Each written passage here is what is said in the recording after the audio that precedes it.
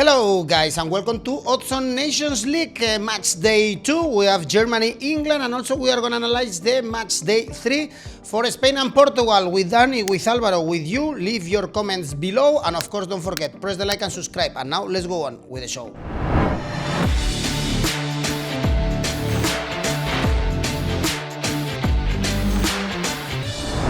Second match day in the Nations League and third for Spain and Portugal. And the first impressions, Dani and Alvaro, is that let's bet on the underdogs, no?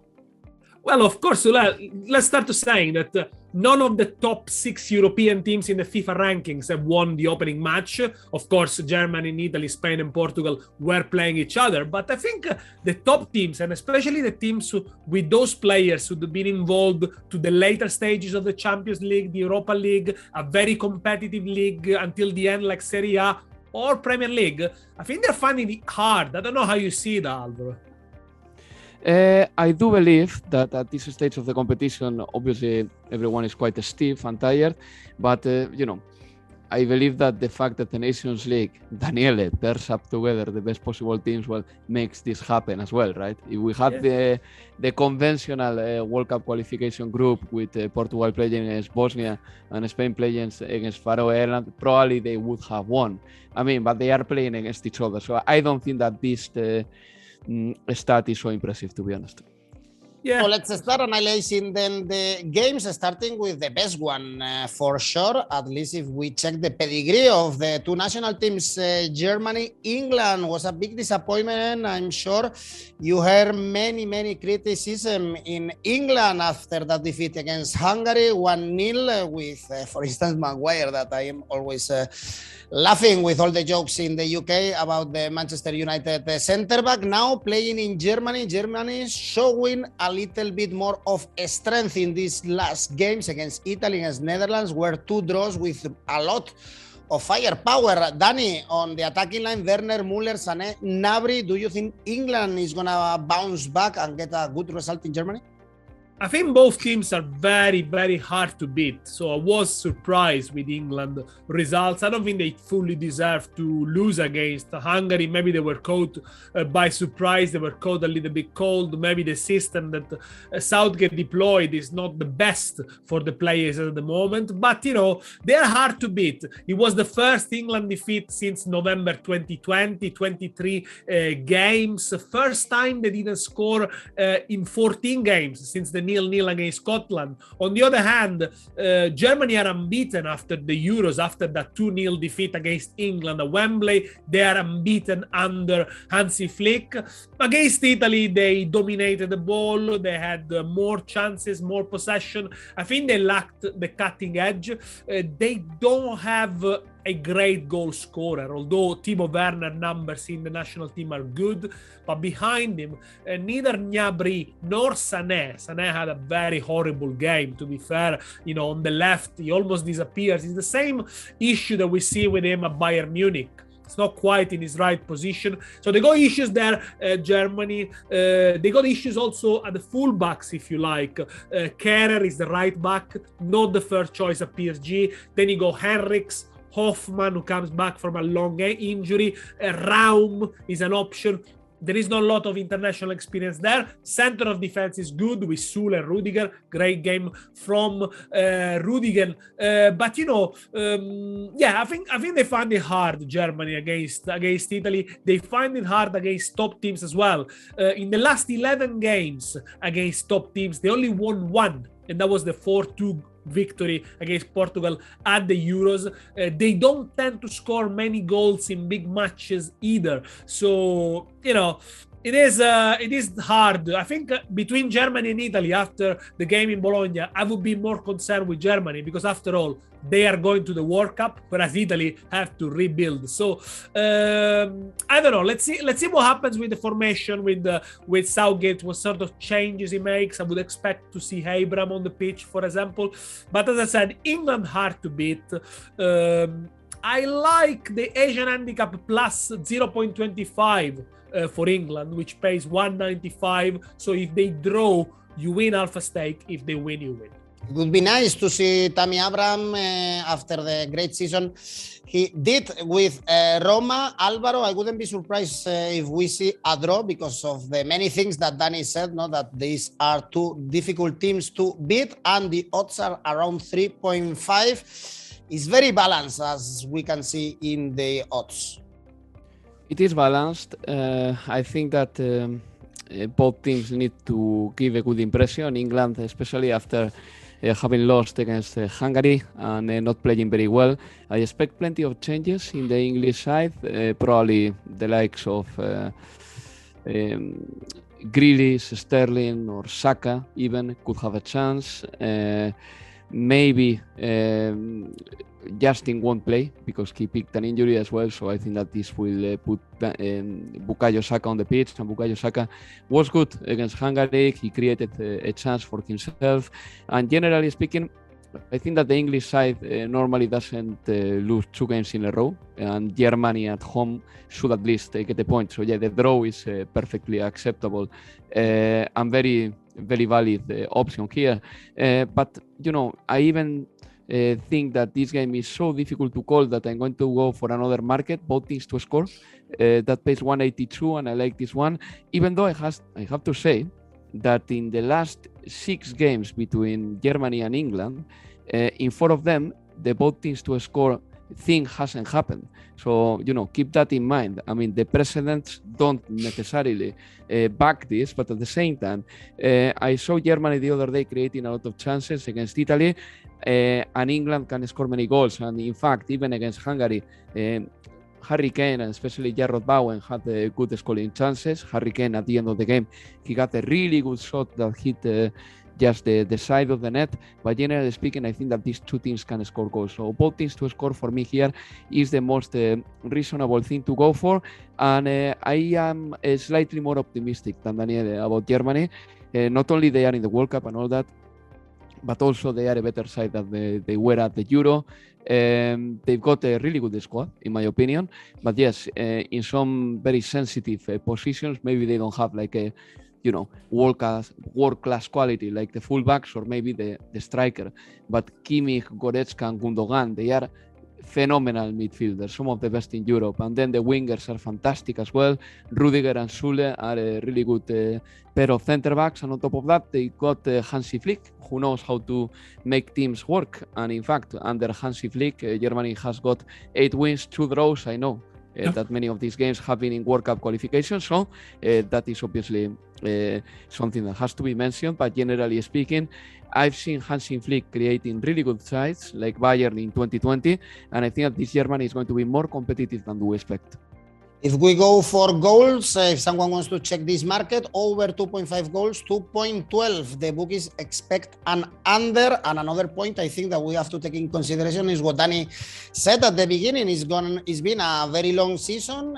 We have the 2 national teams where the players mainly play in their competitions. And the German one has been decided a long time ago and is shorter than the English one that they played, as we all know, until the end for the title, and is much more demanding in terms of games. This is Germany-England to be played on Tuesday, and that very same day we have Italy-Hungary. This game is going to be played in Cesena, and this is news for the Italian national team, and I think they need a victory. Of course, 1 victory in the last 6 games, and was that very sad friendly game against Turkey. Couldn't beat Germany after that defeat in the Finalissima.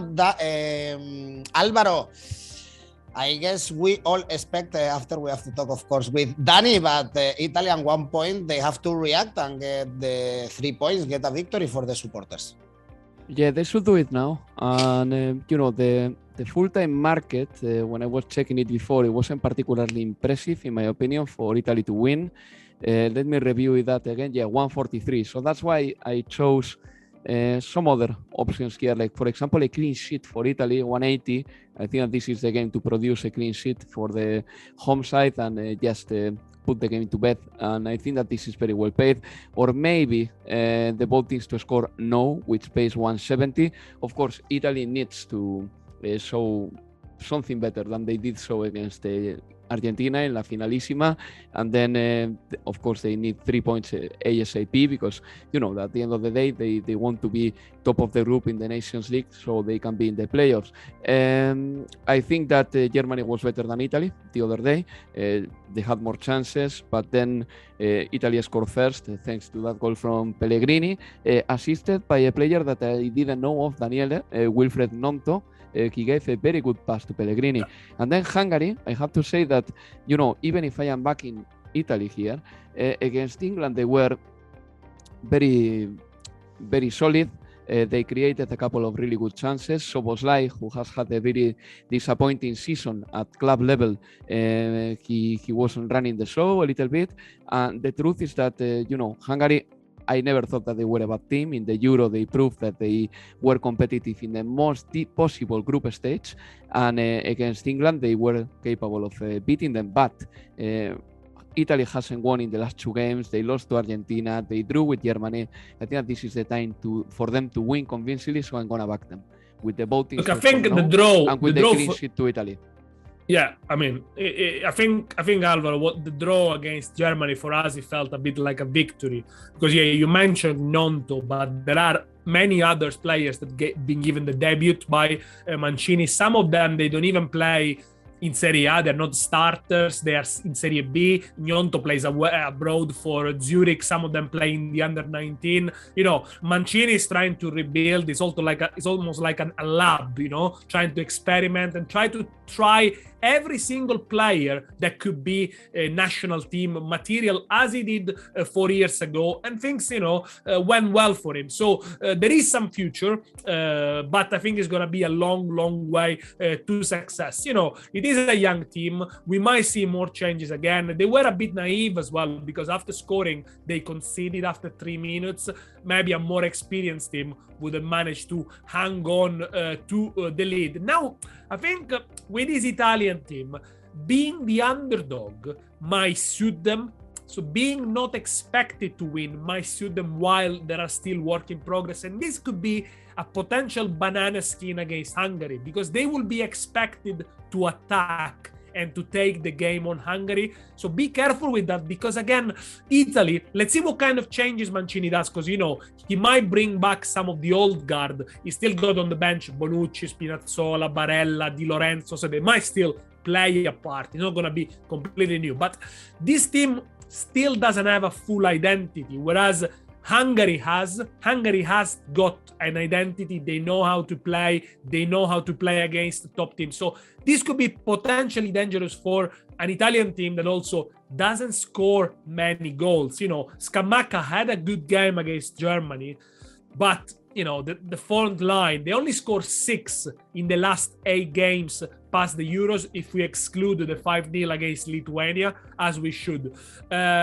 Hungary, as I said, they are a team. They are a proper team. They work hard and they like when they get attack and they can hit you on the counter. In fact, after the Euros, they did very poorly in those teams that when they were expected Hungary to attack. So, they did really well, especially attacking in wide areas, England. I'm not sure Italy are going to find it easy, this one. I like the double chance for Hungary, but I like it perhaps more in the first half. A double chance in the first half, X2 in Cesena, Italy-Hungary, 189. Hungary, they were impressive in the Euros, then a bit disappointing in the road to Qatar. Alvaro, you were going to say something? Yeah, very quickly. The double chance that Daniele said in the first half is pretty good. And also, I'm expecting Italy to keep a clean sheet and probably to win.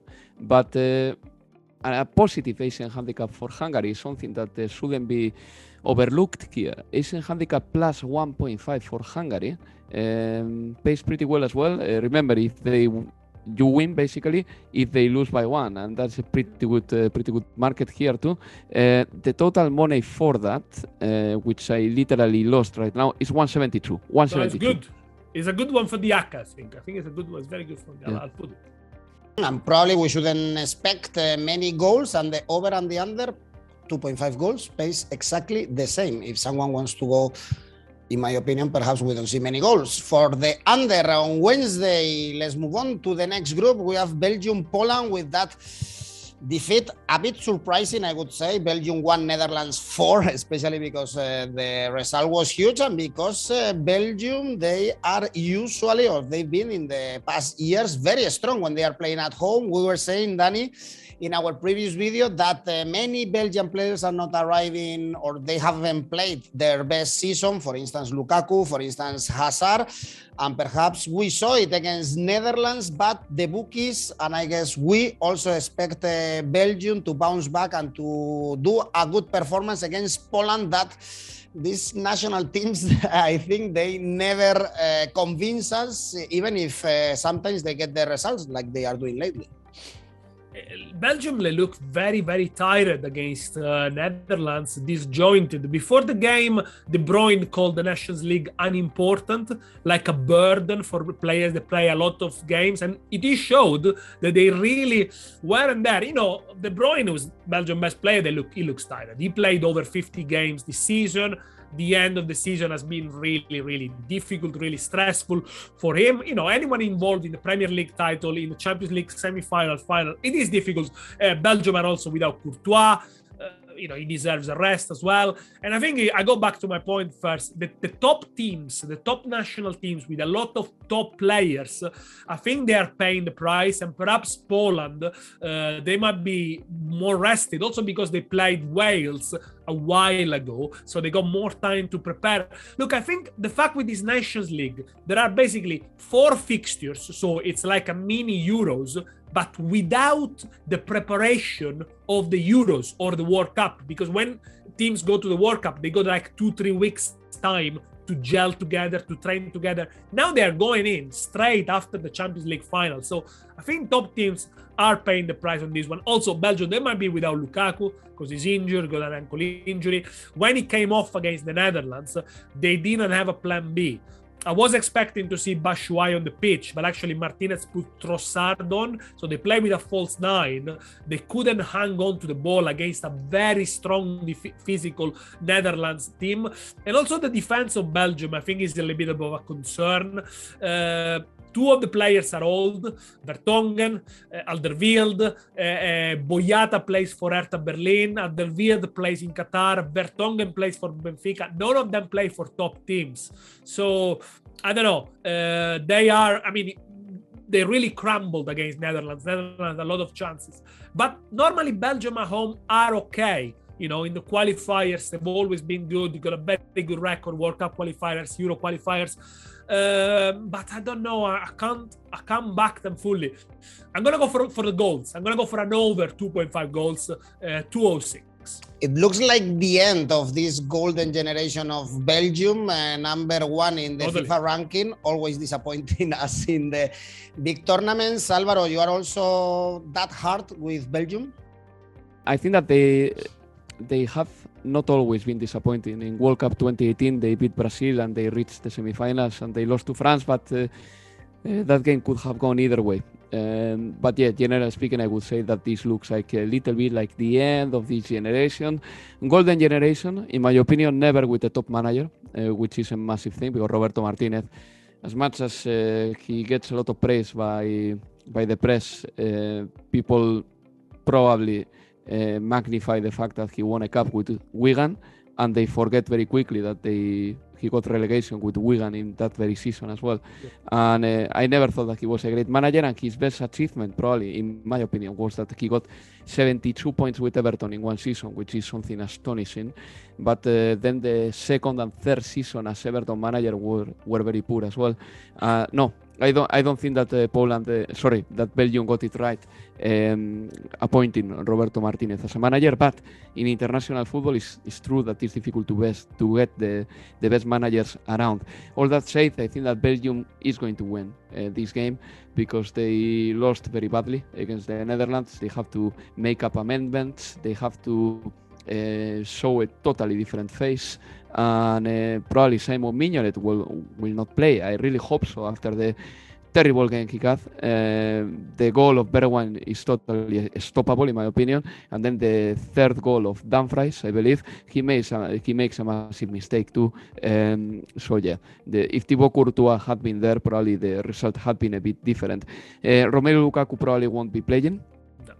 And this opens up the possibilities to Batshuayi, a player who is also not enjoying his best possible time.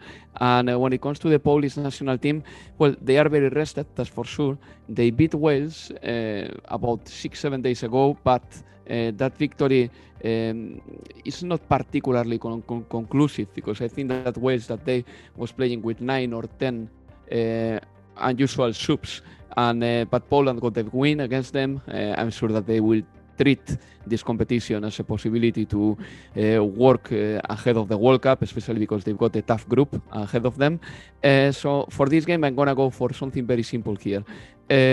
Belgium to win. That pays 170, and at the minute I'm not ready to go for more odds here because the Polish national team for me is a bit of a conundrum because they haven't played football for a long time now in comparison to the rest of the teams. And next game in this group is Wales-Netherlands, and motivation is very important, of course, in this kind of games. And for Wales, the job of the summer is absolutely done. Of course, the big game was against Ukraine, and they are qualified for the World Cup. So perhaps now they suffer a little bit of hangover against Netherlands. Alvaro, that's why the bookies put the Netherlands really favorite. Odds are 1.7. And opposite what is happening with Belgium, this Netherlands team is growing and growing with a great manager, as we all know, like Louis van Gaal. Yeah, very good pronunciation, by the way. I try to pronounce it in a Dutch way, yeah, because I have many Dutch friends, and I try it. Yeah, yeah, well, that's impressive. I think that the Netherlands, something that catches my attention automatically is Memphis Depay. The fact that he has scored 13 goals, 1-3, after Euro 2020, which is basically in less than a year, 13 goals with the national team. Then he was the top scorer of Barcelona this season, even though he didn't have particularly great numbers. But with the national teams, he's scoring plenty of goals. And the truth is that my eyes went straight to how much are we getting if Memphis Depay is putting his name in the scoring sheet or in the assist sheet. And Memphis to score or assist pays 1.8. And honestly, on the basis of what he's been doing lately, I mean, I have to trust that Memphis is going to do something special too, or at least to put his name, in the sheet as a scorer or as an assister. But there are many more things many more odds that I do like here. This game is probably my favorite to put my money on. For example, over 2.25 goals. I like this one too, 181. Or even Netherlands to lead after 30 minutes. That pays 288. It's a lot of money, I know, and it's a little bit more speculative, but they are in a very good form. And as you said, Edu, Wales probably, they feel that they have done what they had to do. I wouldn't discard that probably the manager gave them like some time off after qualifying for the World Cup, after beating Ukraine. So, I think that this is Netherlands to win. They are on a hype after beating Belgium. And on top of that, probably they are taking this competition seriously because the Netherlands haven't won a tournament since Euro 88, and even winning the Nations League, I think that is sweet for them. So I'm going to back them here, as I said before, with all the things I said, and I'm going to single out Memphis Depay as the potential scorer or assister. I think Wales, by the way, congratulations to them for going to the World Cup, but they overachieved.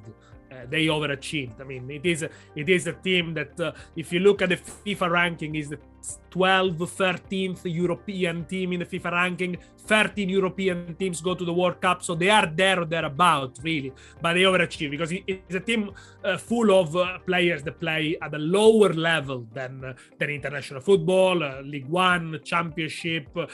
There's only one star player, which is Bale, and the other ones, Ramsey, James, good players, great team spirit. Against Ukraine, Wales didn't deserve to win. We have to be honest. I think Hennessy had the game of his life, made 5 or 6 saves. The Ukrainians squandered a lot of chances. Wales scored through an own goal. I'm not sure they would have scored otherwise, but they are to the World Cup, so congratulations to them. So out of a sudden, this game becomes a bit like a World Cup rehearsal for Wales as well. But as Alvaro said rightly, it comes very quickly after such an important game. So I would imagine Robert Page to make a few changes, but don't underestimate the Wales team spirit. This is a team that in World Cup qualifiers, Euro qualifiers, Nations League as well, at home, they've done really well. Wales plays in the Nations League A because they got promoted last year from Nations League B, and they won most of the games at home, but okay, against lesser opposition. But they do concede chances, I would say. It is a team liable to always give an opportunity. And the Netherlands, they are mesmerizing. They don't give you reference points in attack. They interchange position very quickly. Sometimes Bergwijn is the most advanced player. Blind on the left as well gives a lot of stability. Dumfries goes to the box. So, this Netherlands team means business, can create chances, can score. They are unbeaten under Van Gaal. Last 4 games, they beat Denmark, they beat Norway, they beat Belgium, they drew with Germany. I can understand why they're favorite here. It could be a game with a lot of goals. Over 2.5 goals, but 216. It's not bad. That, very quickly. Yeah, Alvaro? No, Edu, very quickly. I was going to say that if you go for the both teams to score market, but only in one half, the money is fantastic. Both teams to score in the second half, that pays 4. And in a game with the Netherlands and Wales, I don't think that this is too impossible. Not bad odds at all if we back the Netherlands, even if they are a favorite. We spoke in the first match day that was almost a no-brainer going for Poland because Wales was thinking in the final against Ukraine. I think kind of the same we can say in that game with Wales still Hanover after that great achievement led, by the way, by Gareth Bale. And we have to praise him, of course, for leading a team with not a lot of quality, but he was the captain and he participated also in the winner. And we are going to analyze also the third match day of the Portuguese and Spanish and Czech and Swiss group. First game is Portugal, Czech Republic, the best 2 teams in this Nations League in this group, with Portugal thrashing Switzerland and getting a point against Spain, and the Czechs performing also very well, punishing Spanish mistakes in defense and beating Switzerland. Danny, Portugal so favorite. Be careful, or you agree with these odds?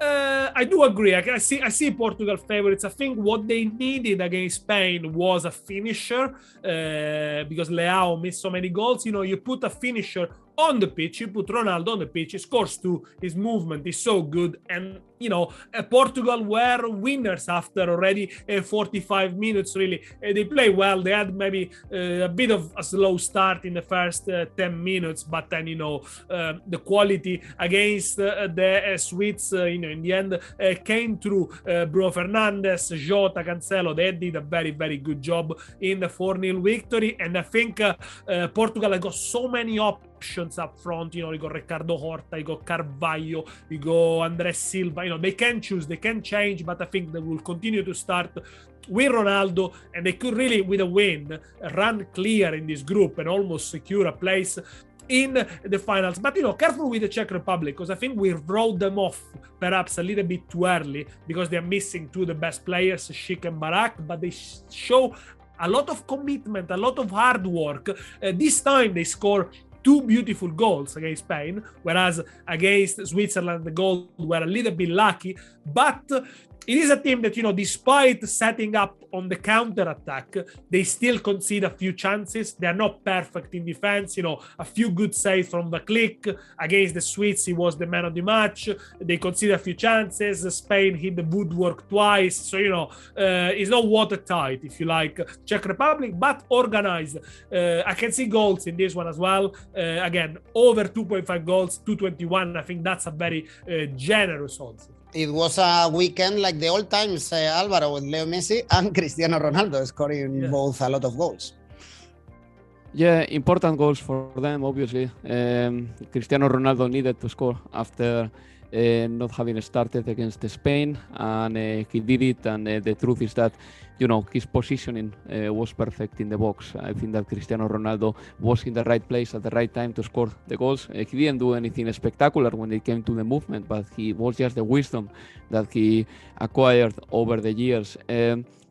I did like the Czech Republic against Spain. I think that they did the kind of game that Spain uses to face a lot. I think that no team in the world is facing normally games like Spain does, because they've got so much possession that the opponent team knows that the best possible way of getting a point or a victory against Spain is just sitting back and playing counterattacks. And the Spanish defense is not reliable collectively and especially individually, in my opinion, with Eric Garcia being awful again yesterday in the second goal. And the opponents know that the only way or the best way to capitalize against Spain is to launch quick counterattacks. And the Czech Republic did it very well the other day, and their defense stayed very tight against Spain. So yes, I think that the Czech Republic did a very good game, and they come into this game probably oozing with a little bit of confidence after getting a 2-2 draw, but it could have been a 2-1 win for them. But Portugal at home, I was breaking down this with Daniele and Daniele the other day. Portugal at home normally scores goals, especially in not in friendlies but in competitive matches like Nations League, World Cup qualifiers, Euro qualifiers. Normally Portugal at home scores. So, that's why I think that the best possible money here is in the Asian handicap. Negative Asian handicap for Portugal, like for example Asian handicap minus 1.25 for them, that pays 198. It almost doubles up your bet. And I also like Portugal scoring many goals, like for example Portugal to score in both halves, that pays 2.4. And those would be my favorite bets probably. And also, even if you think that the Czech Republic could add a goal or two here or there, you kind of send the both teams to score market to the second half, and you go for the over 1.25 goals in the second half. That pays 184. So as you can see, I expect Portugal to win comfortably, but on top of that, I expect goals, and also in the second half. So those are my favorite picks. Especially if Cristiano Ronaldo is on the pitch, because he's always looking for the records, and this is a good game to keep scoring. And the last game, let's go a bit quicker with this one, Switzerland-Spain. Alvaro, you mentioned the mistakes that Spain are committing in the defensive area. Eric Garcia, there was some controversy in the list because Nacho was not there, and Nacho's been great for Real Madrid, and Eric Garcia has been awful the whole season, and he's playing for the national team. Tough game for Spain. Yeah, it's a tough one. In the qualification for Euro 2020, Spain suffered a little bit against Switzerland. It wasn't easy for them. At the same time, the Swiss are a team that they need the points too, because they lost to Portugal and they obviously have to recover very quickly. But here I'm going to back Spain because they have drawn two games. What Luis Enrique did against the Czech Republic, in my opinion, was too much of a heavy rotation. He should have rotated a bit less. The team changed a lot. I think that the side that they started against Portugal is more likely to start in the World Cup than the side that started against the Czech Republic. So I expect Luis Enrique to put a more similar or to start a more similar team to the team that played against Portugal than the team that played against the Czech Republic, which is good for Spain. So here I'm going to go for an Asian handicap of minus 0.25 for Spain very quickly. That pays 170, and it means for our listeners to know that if Spain wins, you win, and if Spain draws, you get half a lose. I think, yes, Luis Enrique risked it a bit too much. He changed the entire back four against the Czech Republic. Spain lacked a little bit something in defense. These are two teams with a lot of defensive lapses. Czech Republic had a lot of chances. Portugal, of course, had a lot of chances, could score more. And, the things that impresses me negatively with Switzerland is that they conceded a couple of goals against Portugal on the counter-attack. They were supposed to sit deep and defend. If they lose that, they lose 50%, I think, of their strength. And, also strangely that Yakin decided to go with Seferovic, a very physical center forward, against Pep and Danilo, instead of sticking with at least one between Embolo, for example, and Okafor up front. I think we'll see these two pair against Spain. It could cause a problem on the counter. I don't entirely trust the Spain defense, but I think if they are more clinical, they could win the game. I go for both to score on this one, 199. All right, 6 more games in this midweek in the Nations League, so we don't get bored in this start of summer, at least in the northern hemisphere. Danny, let's see what ACCA do you have for us. Germany and England both team to score. Italy, Hungary under 2.5 goals. Belgium, Poland both team to score, and Portugal to beat Czech Republic. Czech Republic. The total odds are 10.71. And Alvaro, tell us yours. You don't look like in the summer suit, I have to say. No. It's pretty cold where I am. Very quickly. Germany, England, both teams to score. Belgium, Poland, Belgium to win. Wales, Netherlands, over 2.25 goals. And over 1.25 goals in the second half of the game between Portugal and Czech Republic. Altogether, 10.3. Thank you, guys. See you this week. Bye-bye. Ciao, speak soon. Thank you very much. I hope you enjoy the video. Remember to leave your comments, to press the like, to subscribe, and also that we have a podcast for you. Thanks for watching. Enjoy Nations League.